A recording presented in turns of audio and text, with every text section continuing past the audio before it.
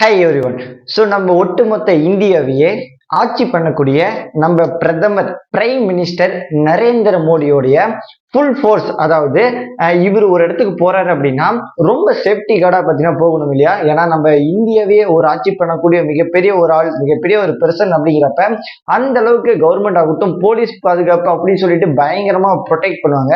Even அதே போல இவருக்கு, அதாவது ஒரு கூட்டத்துக்குள்ள போறதாகட்டும், ஒரு ஓட்டு கேட்க ஒரு பிரச்சாரம் அப்படின்னு சொல்லிட்டு one place to another place go அப்படின்னு சொல்றப்ப பயங்கரமான சில போராட்டம் அப்படின்னு சொல்லிட்டு என்னத்தான் நடந்தாலுமே நரேந்திர மோடிக்கு எதுவுமே ஆகாது அப்படிங்கிற மாதிரி வந்து பார்த்தீங்கன்னா சொல்லப்படுது. அதாவது நரேந்திர மோடிக்கு யூஸ் பண்ணக்கூடிய, அதாவது ஒரு பிளேஸ் டு அதர் பிளேஸ் போறாங்க அப்படின்னா கார் அண்ட் வந்து பார்த்தீங்கன்னா ஹெலிகாப்டர், ஸோ அது மாதிரி வந்து பார்த்தீங்கன்னா மேபி பெரிய ஆள் அப்படிங்கிறப்ப ஸோ இது மாதிரி தான் போவாங்க. பயங்கரமான ஒரு கார்ல இருக்கும் இல்லையா? ஸோ அந்த ஒரு கார்ல இருக்கக்கூடிய ஸ்பெஷல் ஃபோர்ஸ் அண்ட் பார்த்தீங்கன்னா நரேந்திர மோடிக்குன்னே தனியாக பல கோடி செலவுல உருவாக்கப்பட்ட இந்த ஒரு கார்ல என்னென்ன ஸ்பெஷல் ஃபியூச்சர்ஸ் அப்படின்னு சொல்லிட்டு அதெல்லாம் என்னென்ன இருக்கு. அண்ட் அது மட்டும் இல்லாம நம்ம இந்தியாவையே ஆட்சி பண்றாரு அப்படின்னா ஸோ எந்த அளவுக்கு வந்து பார்த்தீங்கன்னா அவரு சம்பாதிக்கணும், ஒரு மாச வருமானம் எவ்வளவு, அண்ட் அது மட்டும் இல்லாம ஒரு ஆனுவல், அதாவது ஒரு வருஷத்துக்கு எவ்வளவு சம்பாதிக்கிறாரு, அதெல்லாம் என்னென்ன அப்படின்னு சொல்லிட்டு உங்ககிட்ட நான் சொல்ல ஆரம்பிக்கிறேன். நான் உங்க இன்ஃபார்மர் ஐடி ஸ்குவாட். சரி, ஃபர்ஸ்ட் நம்ம நரேந்திர மோடி கிட்டத்தட்ட நம்ம இந்தியாவே ஆட்சி பண்ணிட்டு இருக்காரு. இன்னும் ஒரு மாசம் 2 மாசத்துல வந்து பாத்தீங்கன்னா எம்பி எலெக்ஷன் வேற வருது. வந்துச்சு அப்படின்னா ஸோ நரேந்திர மோடி என்னன்னு பாத்தீங்கன்னா இப்போ பாஜக இருக்கிறது அண்ட் எகைன் ஒரு கட்சி மாதிரி இன்னொருத்தர் வந்து ஆட்சி பண்ணுவாங்களா அப்படின்னு சொல்லிட்டு வெயிட் பண்ணி பார்க்கலாம். ஈவன் இந்த ஒரு நரேந்திர மோடி கிட்டத்தட்ட ஒரு மாசத்துக்கு வந்து பாத்தீங்கன்னா பலாயிரம் கோடி வந்து பார்த்தீங்கன்னா சம்பாதிக்கிறாருங்க. ஸோ இப்போ ஒரு அஃபீஷியலா கூகுள் ஸ்டேட்மெண்ட்ல போய் போட்டு பார்த்தீங்கன்னாவே தெரியும் நினைக்கிறேன். ஸோ இங்க பாருங்க சொல்லியிருக்கு. ஸோ பிரைம் மினிஸ்டர் பேசிக் சேலரி பெர் மந்த் 30% அப்படின்னு சொல்லிட்டு இதுல வெளியே பார்த்தீங்கன்னா சிம்பிளா தாங்க போட்டிருக்காங்க. அதாவது 1,60,000 மட்டும் தான் சிம்பிளா போட்டிருக்காங்க. அது வந்து பார்த்தீங்கன்னா கிட்டத்தட்ட பிசினஸ் டுடே அக்டோபர் 2019, அதாவது 2019ல PM Narendra Modi was declared annual income, அதாவது அவரே வந்து பார்த்தீங்கன்னா அபிஷியலாவே சொல்லியிருக்காரு 19.92 lakhs, அதாவது வருஷம், அதாவது என்னோட இன்கம் அப்படின்னு சொல்லிட்டு வருஷத்துக்கு எடுத்துக்கிட்டோம் அப்படின்னா 12 மாசத்துக்கு ஸோ 19.92 lakhs அப்படின்னு பார்த்தீங்கன்னா அபிஷியலாவே சொல்லியிருக்காரு. And the prime minister of India will be drawing a monthly salary அப்படின்னு சொல்லிட்டு 1,60,000, அதாவது 1.60 lakh அப்படின்னு சொல்லியிருக்காங்க. பட் ஆனா 1.60 lakh அப்படிங்கிறது ரொம்ப அமௌண்ட் கம்மி அப்படின்னு தான் சொல்லணும். நம்ம இந்தியாவே ஆட்சி பண்ணக்கூடிய ஒரு மிகப்பெரிய ஒரு ஆள் அப்படிங்கிறப்ப வந்து பார்த்தீங்கன்னா பயங்கரமா ஏர்ன் பண்ணுமே. 1.6 lakh அப்படிங்கிறது ரொம்ப ரொம்ப கம்மி. 1.6 லேக்னா என்ன, நீங்களே நினைச்சு பாருங்களா? 1,60,000 தானா 1.6 லேக், அவ்வளவுதான் ஏர்ன் பண்ண முடியுமா? ஏன்னா அபிஷியலா வந்து பாத்தீங்கன்னா இதுதான் கொடுத்துருக்காங்க. பட் ஆனா இதுக்கு மேல ஆப்போசிட்டா, அதாவது இப்போ ஒரு எம்பி கட்சி, அதாவது அந்த எலெக்ஷன் பாண்ட் அப்படின்னு சொல்லிட்டு வந்து பாத்தீங்கன்னா ஒன்னு ரிலீஸ் பண்ணாங்க இல்லையா? இந்த ஒரு கட்சி ஓரியன்டா வரப்பவே இந்த ஒரு எலெக்ஷன் பாண்ட் கிட்டத்தட்ட ஒவ்வொரு பிரைவேட் லிமிடெட் கம்பெனியும் இவங்களுக்கு தானாக வழங்கப்படும். இப்போ பாஜக ஆட்சியில் இருக்கு. ஸோ நம்ம பிரைம் மினிஸ்டர் நரேந்திர மோடி ஆட்சி பண்ணிட்டு இருக்காரு அப்படிங்கிறப்ப ஒரு குறிப்பிட்ட தொகையை எலெக்ஷனுக்காக ஒரு பிரைவேட் கம்பெனி இவங்களுக்காக ஒதுக்கும் அப்படிங்கிற மாதிரி வந்து பார்த்தீங்கன்னா சொல்லப்படுது. இதை வந்து ப்ரொடெக்ட் பண்றது அண்ட் வந்து பார்த்தீங்கன்னா ஊழல் அப்படின்னு சொல்லிட்டு இதெல்லாம் லஞ்ச ஒழிப்புத்துறை அப்படின்னு சொல்லிட்டு இருக்கு இல்லையா? ஈவன் அதெல்லாம் வந்து செக் பண்றப்ப இந்த ஒரு விஷயங்கள்லாம் பார்த்தீங்கன்னா பயங்கரமாவே நடந்துட்டு இருக்கு. அதுக்கு, அதாவது கணக்கில் வராத பணம் அப்படின்னு சொல்லிட்டு பிளாக் மணில அப்படின்னு சொல்லிட்டு நிறைய இருக்கு. அந்த ஒரு மணியை இந்த ஒரு பிரைவேட் கம்பெனி வந்து பார்த்தீங்கன்னா இவங்களுக்கு கொடுக்குறாங்கன்னா அதுக்கான ஒரு ஃபுல் ஸ்டேட்மெண்ட் எல்லாமே எடுத்துட்டு ஈவன் அதை வந்து பார்த்தீங்கன்னா ஒரு பொலிட்டிக்கல் ஓரியன்டா வராங்காட்டி இதை வந்து பார்த்தீங்கன்னா கணக்குலேயே எடுத்துக்க மாட்டாங்க அப்படிங்கிற மாதிரி வந்து பார்த்தீங்கன்னா சொல்லப்படுது. சொல்றப்பயே பயங்கரமா இருக்குல்ல? ஏன் அப்படின்னா ஸோ கட்சி பவர் அப்படிங்கிறப்ப எதுவுமே, ஏன்னா அவங்க தான் நாட்டையே ஆட்சி பண்றாங்க அப்படிங்கிறப்ப அவங்க வந்து பாத்தீங்கன்னா ஈஸியா போய்விட முடியாது இல்லையா? ஸோ ஈவன் அதே மாதிரி தாங்க நினைச்சு கூட பார்க்க முடியல அந்த அளவுக்கு பாத்தீங்கன்னா ஊழல் அப்படின்னு சொல்லிட்டு பொலிட்டிக்கல் ஓரியன்டா பயங்கரமா இன்றளவுமே பாத்தீங்கன்னா நடந்துட்டு இருக்கு.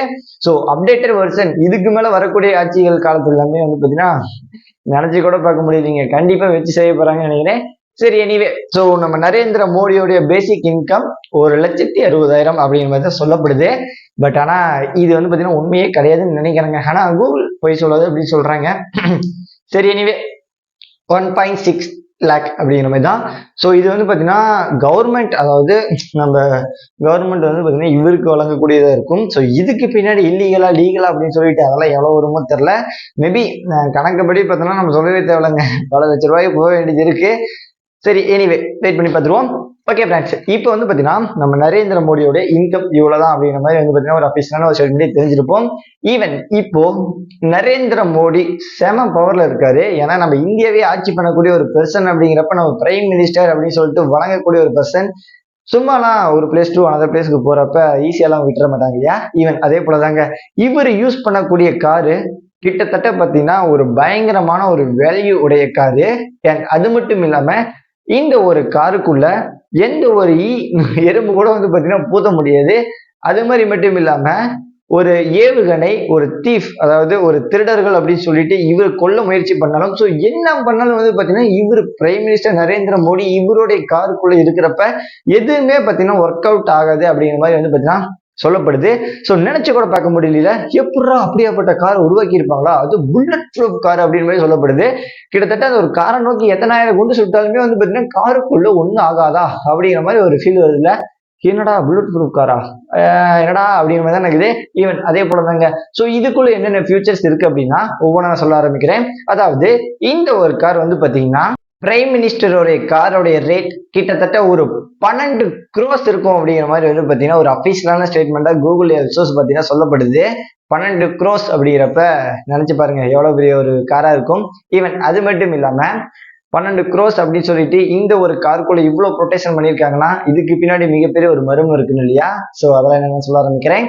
So first Narendra Modi once இன்சைட்ல இருக்காரு, அதாவது காருக்குள்ள உட்கார்ந்துட்டு இருக்காரு அப்படின்னா அந்த ஒரு காருக்குள்ள எனி டைம் ஒரு பயங்கரமான ஒரு ஆயுதம் அப்படின்னு சொல்லிட்டு இந்த ஒரு ஏவுகணையாகட்டும், ஒரு MP40 அப்படின்னு சொல்லக்கூடிய இந்த ஒரு கன் ஆகட்டும், அண்ட் லாங் ரேஞ்ச் கன் அப்படின்னு சொல்லிட்டு கிட்டத்தட்ட வந்து பாத்தீங்கன்னா எல்லா கன்னுமே அந்த ஒரு காருக்குள்ள சுத்தியும் அமைக்கப்பட்டிருக்கும்.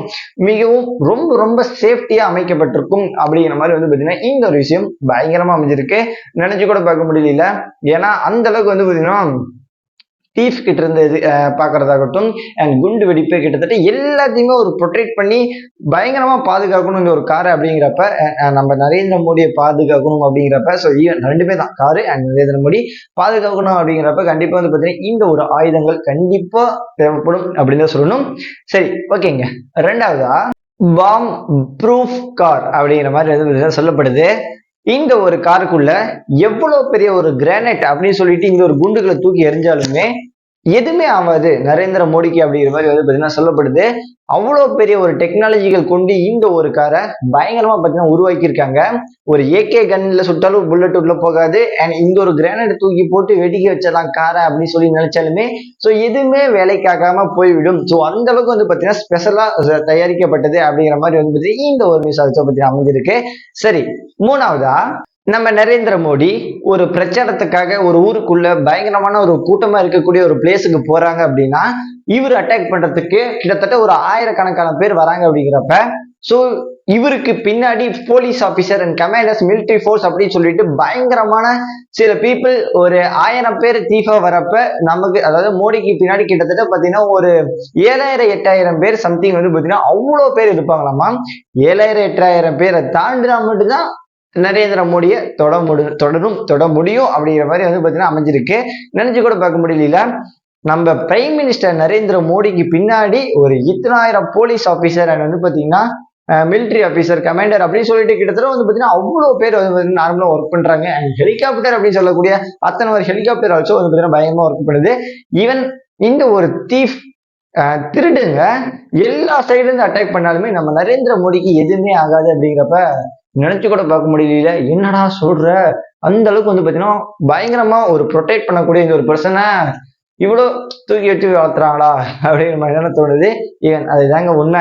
சரி, நாலாவதா இந்த ஒரு கார் மேல எந்த ஒரு ஃபியூவல், அதாவது அந்த ஒரு கேஸ் மூலியமா வந்து பாத்தீங்கன்னா மயக்கமடி செய்யறது, ஸோ அது மாதிரி நிறைய இருக்கு ஸ்ப்ரே இருந்தெல்லாம்.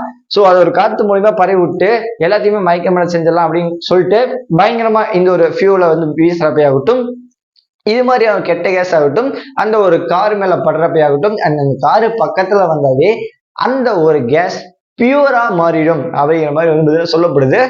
என்னடா சயின்ஸ் டெக்னாலஜியா இருக்கு. அதாவது காத்து மூலியமா எது போய் அங்க பட்டாலுமே அது ஒரு கெட்ட காத்தா இருந்தாலும் நல்லதான் மாறிடுமா அப்படிங்கிற மாதிரி தானே இருக்கு.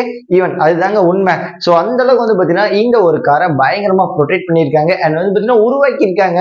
நம்ம நரேந்திர மோடியை ப்ரொடெக்ட் பண்றதுக்கே கிட்டத்தட்ட வந்து பாத்தீங்கன்னா அவ்வளோ லட்சக்கணக்கான டெக்னாலஜிகளை கொண்டு உருவாக்கி இருப்பாங்க போல.